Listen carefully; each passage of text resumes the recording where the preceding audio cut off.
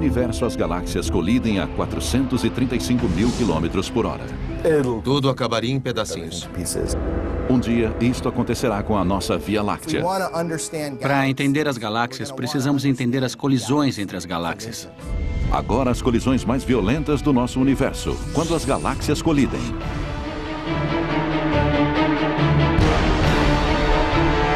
Colisões cósmicas. Colisão galáxias. Colisões. Na escala humana, elas são violentas, deixando o caos e a destruição em seu caminho. Quanto maior a colisão, maiores os estragos. Mas no universo, a dimensão das colisões cresce de maneira inconcebível. Galáxias se chocam umas contra as outras. Buracos negros se fundem numa explosão mortal. Nossa própria galáxia marcha rumo a uma colisão com sua vizinha mais próxima, Andrômeda. Os astrônomos acreditam que essas interações violentas estimularam a evolução do nosso universo.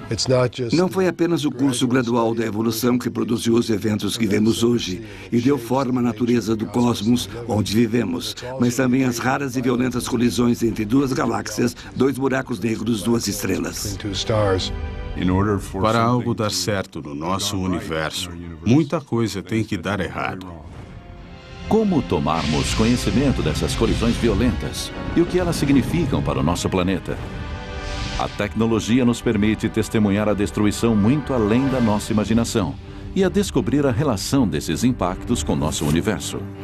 Cada tipo de colisão galáctica aprofundou nosso entendimento e mudou nossas suposições sobre o funcionamento do universo. A maior colisão imaginável ocorre entre os maiores corpos do universo, as galáxias. Uma colisão galáctica gera imagens de destruições sem paralelo. Estrelas se chocam, planetas são dizimados, todas as formas de vida são aniquiladas. Mas será que é isto mesmo que acontece quando as galáxias colidem? Para começar a entender o que significa uma colisão galáctica, temos primeiro que entender o tamanho e a composição de uma galáxia. Um conjunto de gás, poeira, planetas e estrelas. Muitas estrelas. Uma galáxia é como uma cidade de estrelas. Um conjunto de algumas centenas de bilhões de estrelas que passam bilhões de anos juntas, cuja proximidade se deve à força da gravidade. Nossa galáxia, a Via Láctea, tem cerca de 100, 200 bilhões de estrelas e algo perto de 100 mil anos-luz de uma ponta à outra. Então, poderíamos cruzar a Via Láctea viajando 100 mil anos-luz. Sem problema, certo? Talvez devêssemos começar calculando um único ano-luz. Um ano-luz é a distância que a luz percorre em um ano. A luz viaja a incrível velocidade de 300 mil quilômetros por segundo e se multiplicarmos isto pela quantidade de segundos de um ano, obteremos cerca de 10 trilhões de quilômetros. As distâncias na astronomia são tão gigantescas que até a distância entre as estrelas são medidas em anos-luz. Outro modo de entender esta dimensão é saber que um feixe de luz viajando a 300 km por segundo levaria 100 mil anos para viajar de uma ponta até a outra. Em seus 4 bilhões e meio de anos, o Sol orbitou o centro da Via Láctea apenas 20 vezes. Apesar das grandes distâncias, os objetos dentro do nosso universo colidem o tempo todo, desde que o universo ainda era jovem.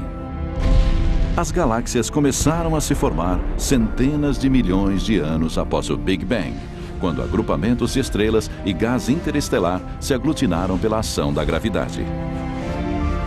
Estas galáxias primitivas eram pequenas, com apenas 1/10 do tamanho da Via Láctea. As primeiras galáxias do universo eram galáxias pequenas, galáxias anãs, e com o passar do tempo, esses pequenos agrupamentos se combinaram para formar galáxias cada vez maiores, decorrentes de fusões e adições. Figurativamente falando, essas galáxias anãs ficaram presas num engarrafamento no universo primitivo. Na história primitiva do nosso universo, as interações eram muito mais comuns que hoje, porque elas ficavam muito mais próximas. Ao colidirem, as pequenas galáxias se uniram, formando galáxias maiores com formas definidas. A Via Láctea, onde fica nosso sistema solar, é uma galáxia espiral. Outras opções de formação incluem as galáxias elípticas e as galáxias lenticulares, que são um meio termo entre as duas. Os astrônomos devem essa classificação das galáxias a Edwin Hubble, que deu o nome a um dos maiores observatórios da NASA, o Telescópio Espacial Hubble. Acho que deve ter sido divertido, pois na falta de um tipo de classificação definitiva, ele precisou inventar. Hubble assumiu a tarefa astronômica de classificar as galáxias. O esforço é para dar conta de 90%, classificar 90% dos objetos e não se preocupar com os corpos estranhos. O que aconteceu com os outros 10%? Foram classificados como irregulares. Eles deixaram de fora caudas de poeira e galáxias que parecem mais destroços. Durante anos, essas formações peculiares foram deixadas de lado. Mas a questão permanecia. O que poderia ter formado essas galáxias estranhas? E será que isto tem alguma relação com colisões cósmicas? Esta não era a grande questão da sua época. Estávamos apenas começando a entender as galáxias espirais e elípticas. Mas mesmo mais interessado em classificar a maioria das galáxias, ele achava que as galáxias irregulares exigiam mais atenção. Umas 2 décadas depois, quando a maior parte do seu trabalho já estava concluída, as pessoas começaram a estudar as galáxias. Os cientistas queriam saber por que elas eram daquela maneira. Uma teoria sustentava que elas eram formadas por disrupções violentas e caos. Havia um debate há 20, 30, 40 anos sobre se elas estavam colidindo ou surgindo, como hoje acreditamos. Atualmente, os astrônomos continuam usando a categoria irregular. O irregular envolve tudo. Ele se refere tanto às galáxias pequenas que foram muito afetadas pela formação estelar que abriu buracos em seu gás, tornando sua forma muito irregular. Mas também se refere às galáxias que sofreram colisões. Ele incorpora uma grande variedade de tipos de galáxias. As formas estranhas de algumas galáxias irregulares podem ser explicadas pelo efeito da gravidade numa escala galáctica. Os maiores objetos do universo se uniram por uma colisão direta. As galáxias irregulares são a prova de que estes grandes agrupamentos de estrelas colidem, indícios de que o universo está repleto de destruição e pandemônio. Mas o que acontece dentro das galáxias? Que outros tipos de colisão são possíveis e como podemos vê-los? A seguir, a colisão de estrelas deixa suas marcas em todo o universo. Mas mesmo assim, os astrônomos precisam registrá-las em pleno ato. Galáxias irregulares são indícios de que as galáxias colidem. Mas será que os astros também se chocam uns com os outros? Nosso universo é tanto uma eternidade quanto cemitério. Um local de batalhas épicas entre imensos corpos celestiais. Imagine um cenário fictício. A quase 3.000 anos-luz da Terra, 2 estrelas irmãs dividem a mesma órbita há milhões de anos. Com o tempo, elas vão se aproximando, girando uma em volta da outra numa velocidade próxima à da luz. Então, colidem. E em milésimos de segundos são destruídas, emitindo uma onda de choque que atinge a Terra, dizimando metade da nossa camada de ozônio e matando tudo em seu caminho. É isso que alguns astrofísicos estimam que vai acontecer se um tipo de estrela chamada estrela de nêutrons colidir perto da Terra. Para eles, 3.000 anos-luz é logo ali. Já foi sugerido que algumas das extinções em massa da vida em nosso planeta ocorreram por causa de eventos como este. Algumas das colisões estelares mais violentas do universo ocorrem entre estrelas de nêutrons. Elas se formam a partir dos restos de antigas estrelas gigantes que ficaram sem combustível. A gravidade desencadeia um colapso geral. No centro forma-se um objeto extremamente denso. Tão denso que os elétrons colidem com os prótons e formam nêutrons. A estrela de nêutrons que se forma no centro é a reminiscência, as cinzas dessa estrela. Mas essas cinzas ainda têm vida. E logo após se formarem, algumas estrelas de nêutrons orbitam umas às outras, numa união gravitacional conhecida como par binário. Durante milhões de anos, as irmãs estelares orbitam uma a outra a velocidades superiores a 1000 vezes por segundo. Elas emitem ondas gravitacionais que drenam energia do sistema e fazem com que elas se aproximem cada vez mais até um momento em que não há mais uma órbita estável possível para elas. Quando elas finalmente colidem, emitem mais energia que nosso Sol produzirá em toda a sua vida. Ainda assim, essas colisões são rápidas para serem capturadas pelo telescópio. Todo o processo de colisão dura cerca de 1 milésimo de segundo e pronto. Elas se tocam, explodem e acabou. A colisão emite uma gigantesca onda de choque pelo espaço. Da Terra, isto é detectado como uma explosão de raios gama. Um evento breve, mas muito forte. O indício de uma das colisões mais violentas do universo. Mas só recentemente, os cientistas começaram a entender totalmente o que ele significa. Lampejos de raios gama ocorrem poucas vezes por dia nos céus. Nós monitoramos todo o céu constantemente atrás deles e eles são conhecidos há cerca de 40 anos. A Força Aérea Norte-Americana detectou as explosões de raios gama anos antes de a comunidade científica descobrir que eles existiam. As explosões de raios gama foram descobertas por acaso, por meio de satélites militares, como resultado do Tratado de Proibição Parcial de Testes Nucleares, na década de 50, no governo Eisenhower. O tratado nuclear assinado no governo de Eisenhower resultou na criação de satélites militares projetados para procurar explosões nucleares. A Força Aérea lançou os primeiros satélites Vela em 1963. Esta série de satélites foi equipada com detectores de raios gama. As nuvens de radiação das explosões nucleares liberariam raios gama. Esses detectores foram os primeiros a encontrar explosões cósmicas de raios gama. Em 1969, Ray Clibsadel, analista da Força Aérea, encontrou picos estranhos nos raios gama entre os dados do Vela, que por sua intensidade e duração, não podiam ser atribuídos nem à Terra, nem ao Sol. Eles sabiam que aquilo tinha de vir de outro lugar.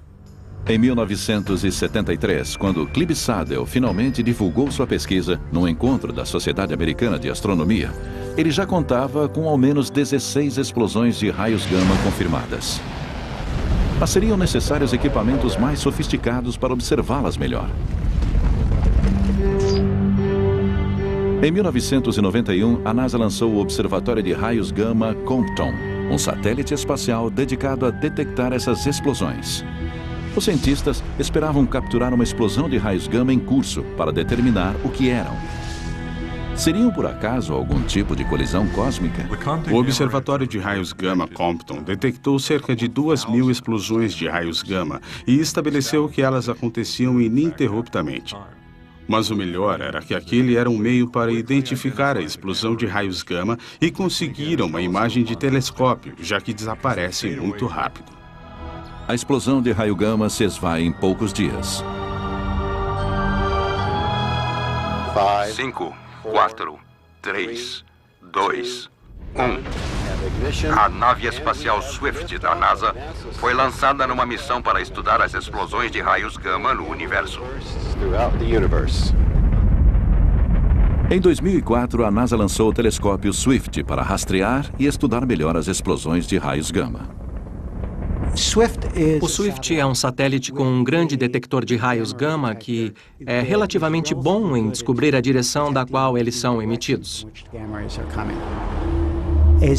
Assim que ele detecta um raio gama, transmite sua localização por rádio para a Terra e então gira um telescópio de raios X para a mesma direção. Em 2005, o Swift detectou uma explosão e respondeu a ela em menos de 1 minuto para observá-la. Enquanto isso, o Swift enviou as coordenadas da explosão para a rede de telescópios em terra. Um deles fica perto do cume da montanha Palomar, em San Diego, na Califórnia.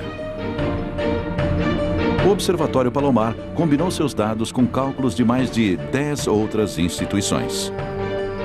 Juntos, eles conseguiram identificar a causa provável da explosão de raios gama: uma colisão entre estrelas e nêutrons. Do momento da colisão, entre 1 segundo e algumas horas, a maior parte do que aconteceu permanece como mistério. A colisão dura pouquíssimo tempo. Por isso, acho improvável que um dia consigamos capturar a imagem de 2 estrelas no processo de colisão. Mas o que você pode fazer é estudar os resultados. Então, mesmo sem nunca terem testemunhado uma colisão estelar, os astrônomos sabem que elas existem através do exame das ruínas destas brutais guerras nas estrelas. As estrelas e nêutrons não são as únicas que colidem violentamente, causando destruição. Mesmo estrelas jovens podem produzir estragos cósmicos. As estrelas têm uma existência violenta, e não apenas os pares binários, mas virtualmente todas elas, começando pela natureza da sua formação. A vida turbulenta de uma estrela começa com a morte de uma nuvem molecular. É uma região densa de gás interestelar. Nessas nuvens se formaram estrelas, planetas e o nosso próprio sistema solar. Conforme a força da gravidade atrai mais gás e partículas, as nuvens moleculares crescem até sua densidade ficar tão alta que elas se colidem formando estrelas.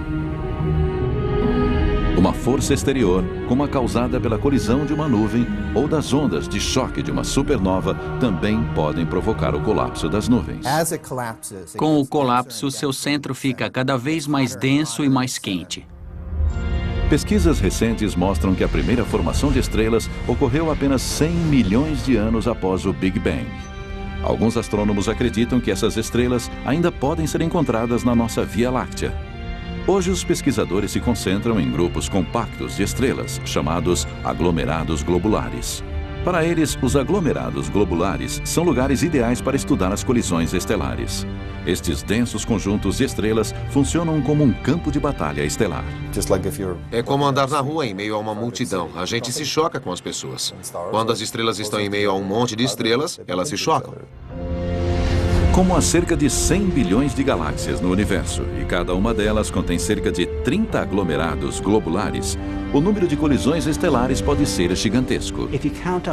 Se você contar todas as galáxias do universo, as bilhões de galáxias, e verificar quantas regiões de colisões estelares cada uma delas tem, vai ver que o número é imenso.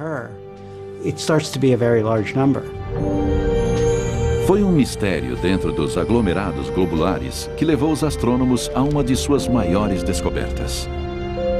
Estrelas altamente luminosas em aglomerados globulares intrigam os pesquisadores há mais de 40 anos. Elas foram chamadas de retardatárias azuis. A retardatária azul tem características peculiares. Tem esse nome porque difere de outras estrelas com a mesma massa. Ela ainda não alcançou os estágios tardios de evolução, então é retardatária. E é azul por ser mais quente que as outras estrelas de sequência principal do aglomerado. Parecia que as retardatárias azuis haviam encontrado a fonte da juventude estelar. Os cientistas se perguntavam como isto seria possível. O telescópio espacial Hubble da NASA, lançado em 1990, teve um papel essencial na solução deste mistério. A resolução do Hubble é tão fantástica que, se você olhasse de Nova York em direção a Tóquio, conseguiria enxergar 2 vagalumes. Sua resolução é fantástica. O Hubble capturou imagens detalhadas de retardatárias azuis, dando aos cientistas um acesso sem precedentes a seus segredos. Observar aquelas estrelas individualmente permitiu que eles medissem suas propriedades, como sua massa, a velocidade da sua rotação, sua temperatura e coisas desse tipo. Os astrônomos descobriram que a grande massa, a alta velocidade da rotação e as altas temperaturas só poderiam significar uma coisa: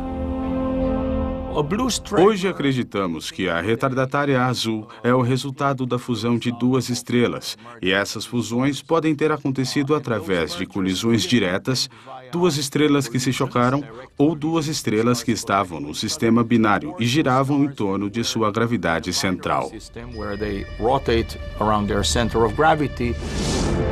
Por exemplo, uma estrela de sequência principal avança em direção à outra a cerca de 800 mil quilômetros por hora. Ela entra na outra estrela, emitindo uma onda de gás e poeira no espaço. Imediatamente, as estrelas começam a inchar e a queimar energia violentamente. Uma estrela pode levar 10 milhões de anos para superar a fusão violenta e se tornar uma retardatária azul. Este foi o primeiro indício de que as estrelas realmente colidiam umas com as outras. E esta é uma das coisas mais fantásticas que as estrelas fazem. Levou décadas para que a ideia das colisões estrelares passasse da teoria à realidade. Mas quando se fala em colisões galácticas, o choque de estrelas é apenas a ponta do iceberg. As colisões cósmicas são regra e não exceção no universo e em todos os seus níveis.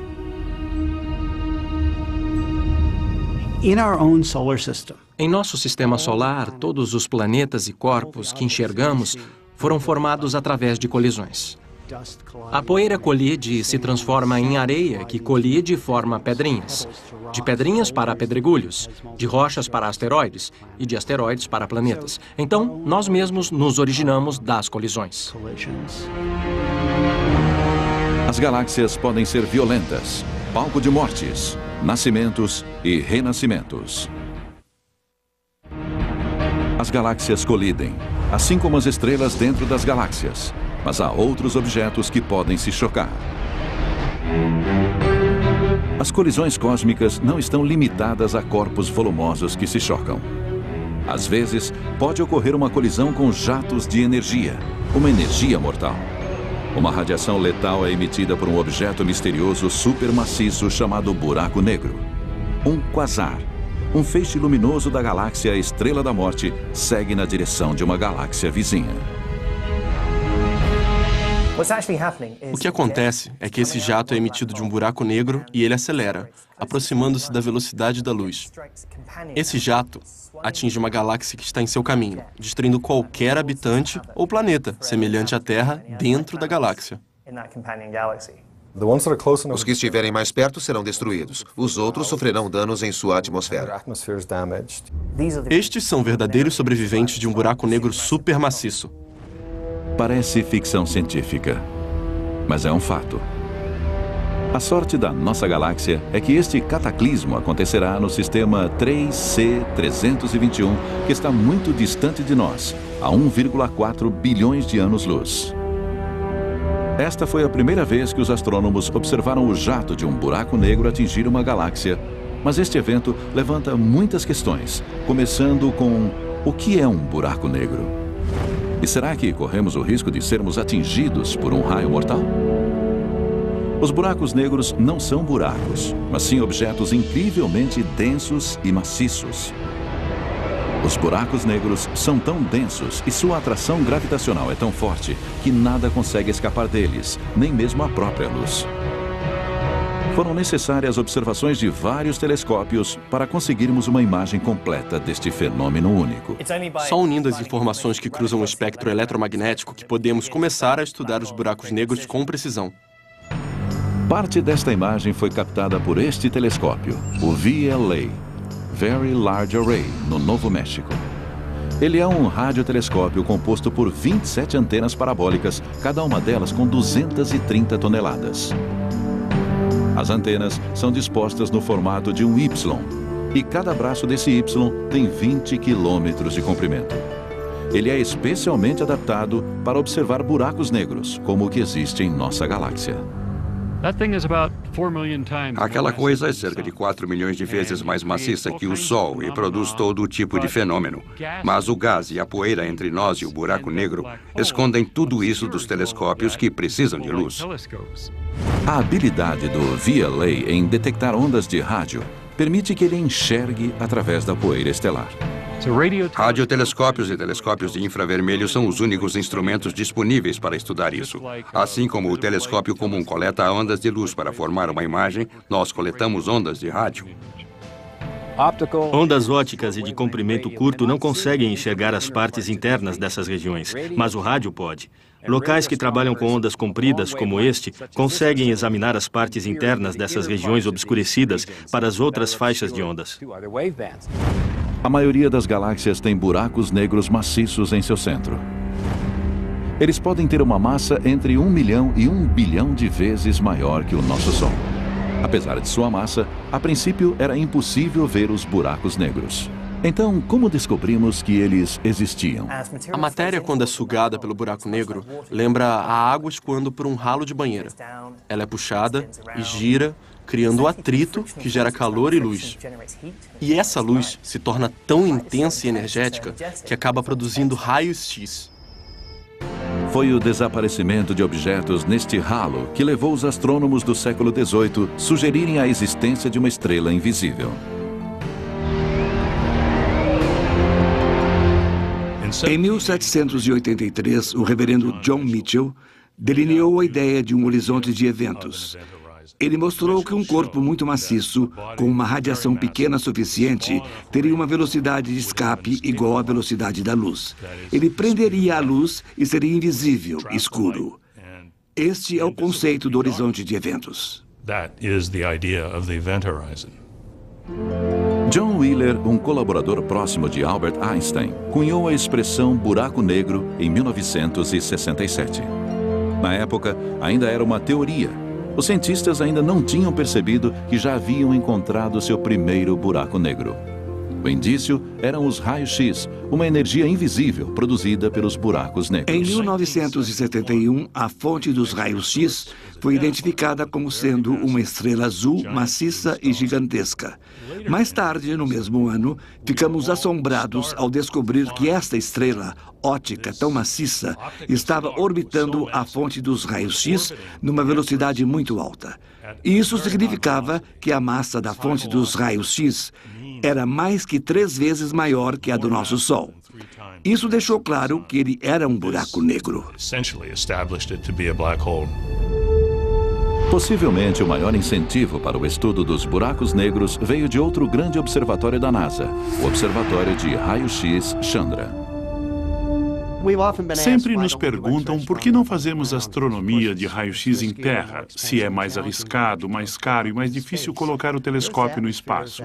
Mas a atmosfera da Terra é muito opaca para os raios-x. Ela bloqueia todos os raios-x vindos de estrelas e galáxias distantes. Então, para fazer astronomia de raio-x, temos que ir para o espaço e o Chandra é o melhor telescópio de raio-x que já tivemos. Ele é perfeito para estudar objetos e regiões do universo nas quais as condições violentas e extremas geram os raios-x.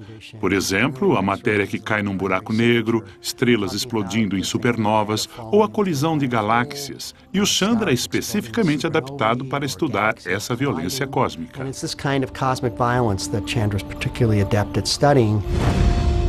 Os raios-x estão presentes sempre que um objeto celeste produz grande quantidade de calor. Estrelas de nêutrons e buracos negros conseguem produzir raio-x com força 100 mil vezes maior que os raios-x produzidos pelo Sol. O Chandra foi essencial para ajudar os astrônomos a entender o que estava acontecendo na Estrela da Morte. O Chandra permitiu que observássemos as fontes centrais do buraco negro e que determinássemos a presença desse jato de raio-x, que foi o que fez com que a chamássemos de estrela-morte. Porque o jato aponta diretamente para a sua galáxia irmã e dá para ver os efeitos daquele feixe de energia e partículas quando ele atinge a galáxia vizinha. Como na maioria das colisões cósmicas, há um lado positivo. Quando o jato da estrela-morte devastar a galáxia vizinha, provavelmente desencadeará uma nova fase de formações de estrelas e planetas. Tudo isso faz parte do ciclo de vida e morte do universo. Buracos negros não são necessariamente essas balas de canhão cósmicas. Eles não estão vagando pelo universo, sugando tudo em seu caminho. Na verdade, os buracos negros podem tanto produzir quanto destruir a vida. Nosso sistema solar conseguiu evitar raios mortais apenas para ir de encontro a uma calamidade galáctica de proporções gigantescas. Num futuro distante, nossa galáxia, a Via Láctea, e sua vizinha, Andrômeda, irão colidir. Mas será que essa colisão será uma fonte de criação ou de destruição?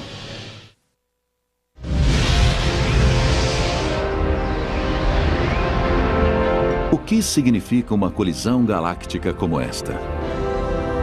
O maior perigo vem das colisões com esses reatores termonucleares, também conhecidos como estrelas. Se uma estrela se aproximar muito do sistema solar, pode enviar cometas em nossa direção. Se ela se aproximar ainda mais, pode mudar a órbita da Terra ao redor do Sol, e a vida como conhecemos deixará de existir, pois, ao nos afastarmos do Sol, toda a água ou vai evaporar ou vai congelar. A colisão entre a Via Láctea e Andrômeda está prevista desde o universo primitivo, quando ambas as galáxias nasceram, uma ao lado da outra. As coisas que se fundem nascem ligadas e acabam se juntando. Coisas que nascem à parte normalmente não se fundem, elas se separam. A maioria das galáxias está se separando no nosso espaço em expansão. Todas as galáxias que estão distantes de nós se separam cada vez mais até desaparecerem de vista dentro de determinado tempo. A única exceção é a galáxia Andrômeda, a vizinha mais próxima, nossa galáxia irmã. Em algum momento do passado, a gravidade entre a Andrômeda e a Via Láctea se inverteu, diminuindo a velocidade entre as duas. E agora elas estão se aproximando devido a esta atração mútua. Elas vão colidir. Parece que elas estão vindo diretamente uma para a outra e a situação vai ficar muito feia para nós. A galáxia Andrômeda colidirá com a Via Láctea daqui a cerca de 5 bilhões de anos. Quais são as provas desta futura colisão? A luz emitida por Andrômeda fornece um indício mais forte de sua aproximação. É a mesma coisa que torna os fogos de artifício coloridos. Dependendo da cor, você sabe se ela é produzida pelo ferro, pelo oxigênio, pelo enxofre. E sabendo a cor que aquilo deveria ter, então observamos se ela está mais azul ou vermelha. Se estiver mais azul, é porque ela está vindo na sua direção. E se estiver mais vermelha, é porque está se afastando. Observando Andrômeda, ela está azul e sua velocidade é de algumas centenas de quilômetros por segundo. Ela está vindo em nossa direção e bem rápido. Mas calma. Uma colisão que destrua a vida na Terra é apenas um cenário possível e nem de longe o mais provável. Então, o que acontecerá em 2 bilhões de anos quando as galáxias começarem a se aproximar? Como as galáxias são incrivelmente maciças e as distâncias entre elas são tão grandes, uma colisão levaria bilhões de anos do início ao fim. Assim, os astrônomos só podem observar imagens no céu. Para entender todo esse processo, eles dependem de simulações. Cada imagem de colisão de uma galáxia no universo é só uma peça dentro de uma longa sequência. Então, essas simulações nos permitem unir as várias situações e ver como elas se desenvolvem desde a aproximação, passando pelo meio e as caudas de maré, até a fusão de tudo isso. Na década de 1970, os astrofísicos e irmãos Alar e Yuri Tomry criaram a primeira simulação da colisão de galáxias espirais. Ela duplicava características que haviam sido observadas em galáxias em colisão. Sua sequência, com passos detalhados desde a aproximação até a fusão, ficou conhecida como a sequência de Tomry. Hoje, Frank Summers, astrofísico do Instituto de Ciência de Telescópio Espacial em Baltimore, Maryland, usa programas de efeitos visuais avançados e vários computadores para condensar colisões galácticas em simulações que retratam 10 milhões de anos a cada segundo. Tudo começa com a aproximação.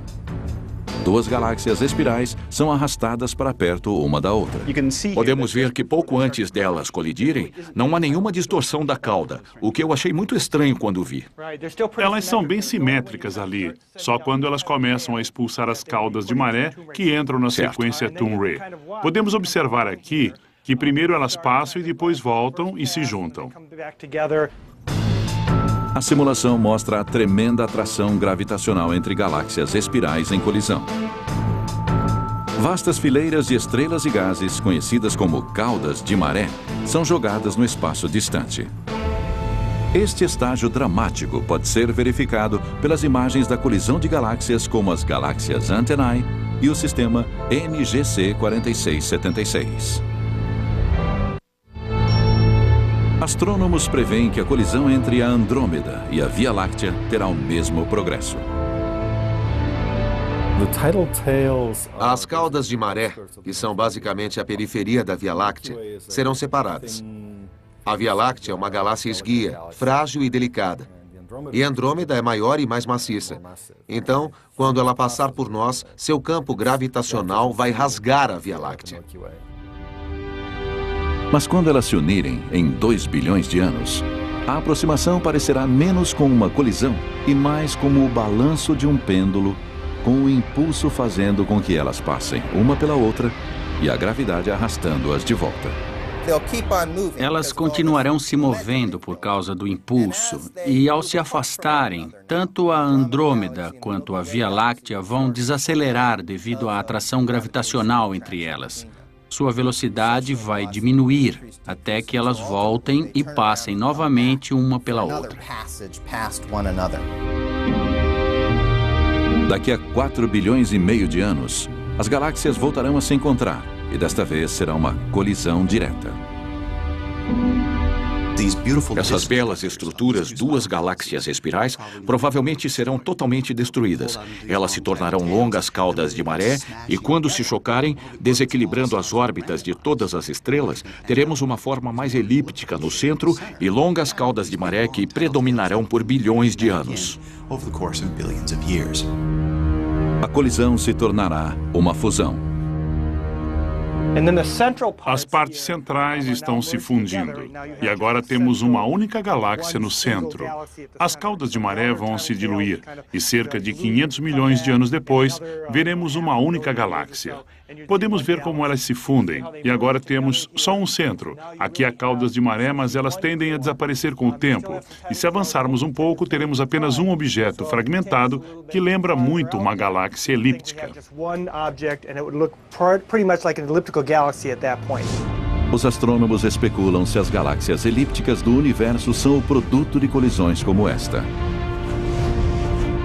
Mas o que de fato acontece no interior das galáxias enquanto elas sofrem este processo violento e o que isto significaria para o nosso planeta durante o cataclismo? As imagens de galáxias colidindo são etéreas. As caudas de maré se estendem como teias de aranha. Os centros galácticos orbitam um o outro, atraindo-se mutuamente.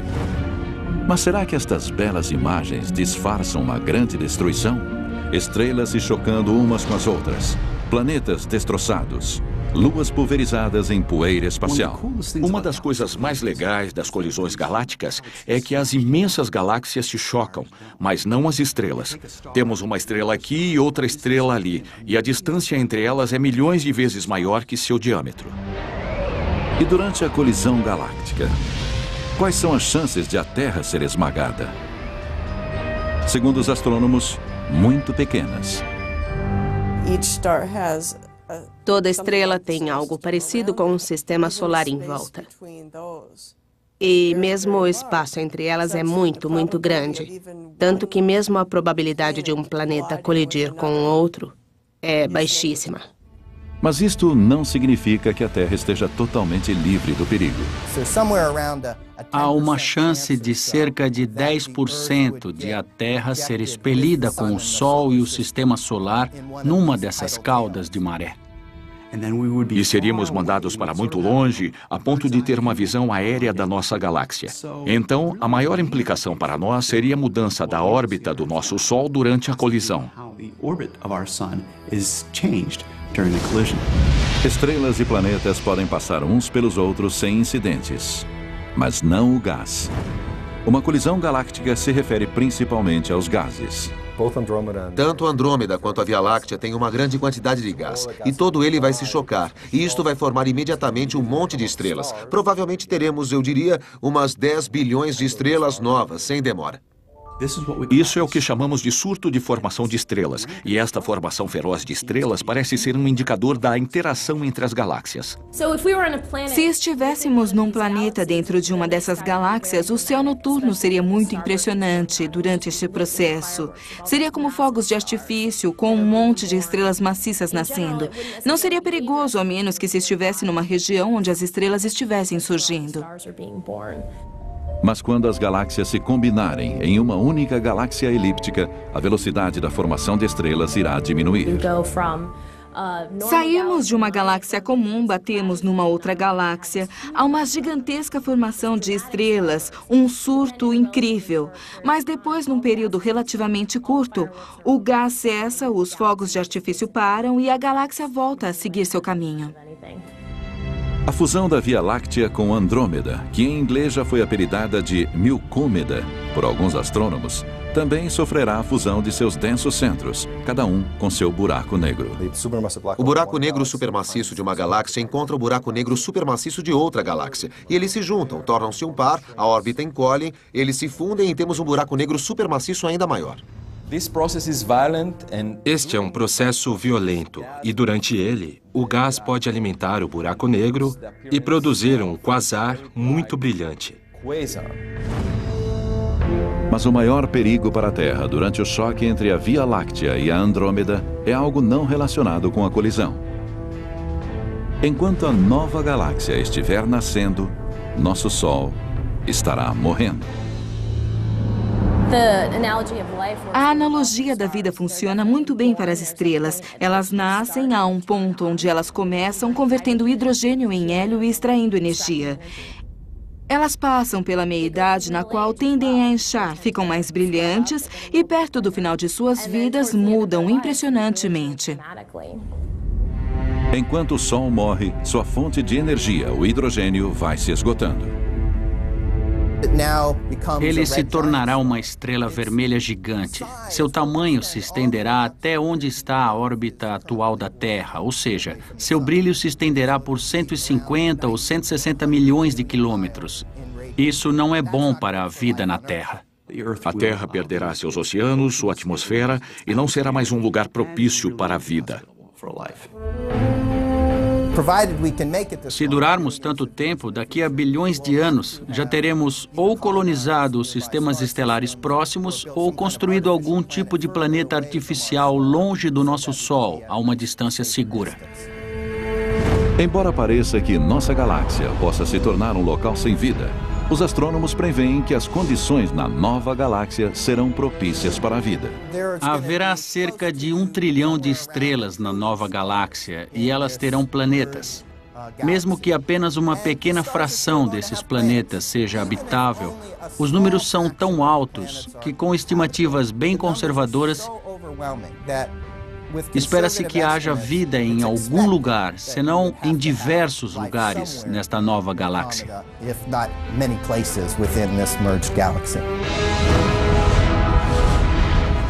No nosso universo, a fusão mais fundamental ocorre entre a vida e a morte.